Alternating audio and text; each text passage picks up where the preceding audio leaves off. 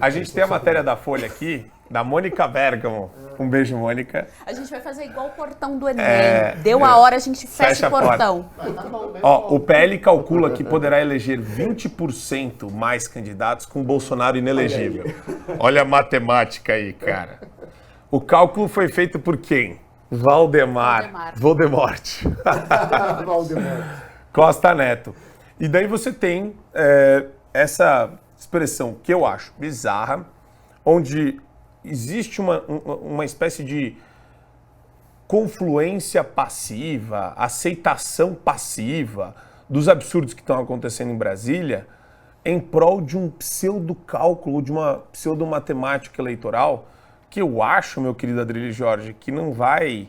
Você pode transformar o Bolsonaro num cabo eleitoral, mas torpedeando os movimentos de rua de direita, torpedeando os comunicadores de direita, talvez a gente nunca veja, né, o crescimento exponencial que está sendo projetado aqui por conta de uma espiral do silêncio imposta pelo judiciário e pelo executivo.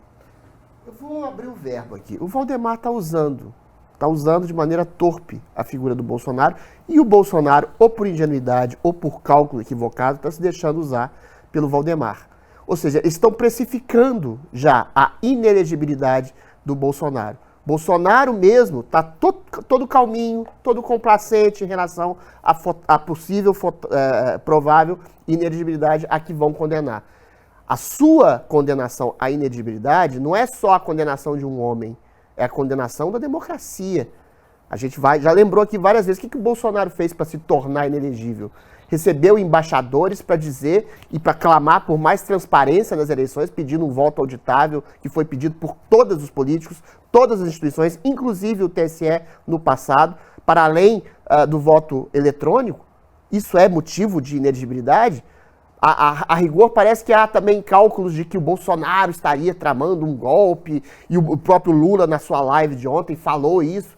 Ou seja, isso é uma violência, isso é um estupro ao princípio básico da democracia. Quando essas pessoas querem tornar visível, tirar a censura, como é que chama? O segredo, o sigilo do processo de inelegibilidade, é exatamente para saber por que o Bolsonaro está se tornando inelegível. Percebe? São 58 milhões de votos dados a ele. As pessoas querem saber por que o candidato que eu votei está se tornando... E é exatamente por isso. Por nada. Por simples crime de opinião que virou uma instituição sacrossanta dentro do TSE e do STF. E por quê? Qual que é a razão? O sigilo tem uma razão, como diz o Marco falou. Tem que ter uma razão, tem que ter um processo calculado, alguma coisa que possa incitar a possibilidade de maior crime do criminoso. O Bolsonaro vai cometer mais, eventualmente, cálculo de golpe, é isso? Essa a razão do sigilo? É totalmente estapafúrdio. E aí o que fazem? Diante desse estupro, dessa violência ignominiosa, nunca antes vista na história das eleições brasileiras, o seu Valdemar chega para o Bolsonaro no ouvidinho e fala: age como se nada tivesse acontecido. Vai lá no avião, dá aceninho, dá autógrafo, faz selfie, fala que lamenta, e depois a gente vai ter um aumento exponencial dos nossos eleitos. Mas aí é que está o problema, aí é que está o angu de caroço. Se você admite complacentemente, por cálculo político, o adentramento de uma ditadura imposta na própria justiça eleitoral do país, você não sabe mais o que vai acontecer. Os movimentos de rua estão sendo cerceados, proibidos, intimidados, oprimidos. Você tem o Lula diariamente falando que Bolsonaro é um fascista, é um golpista. Você tem a mídia anuindo com isso. Você tem a possibilidade até de que a economia fique em banho-maria por causa do agronegócio, por causa do Paulo Guedes, que deixou a economia toda bem ajustada.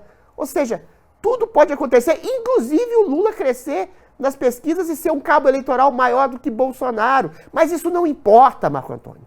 O que importa é que as pessoas estão calculando de maneira política torpe aquilo que não dá para ser calculado, que é o atropelo, o estupro, o abuso à democracia. Não é só Bolsonaro de que se trata aqui. São outros candidatos estão sendo caçados, candidatos estão sendo perseguidos, candidatos estão sendo tolhidos, políticos estão sendo caçados, pessoas comuns, jornalistas, influenciadores de toda sorte.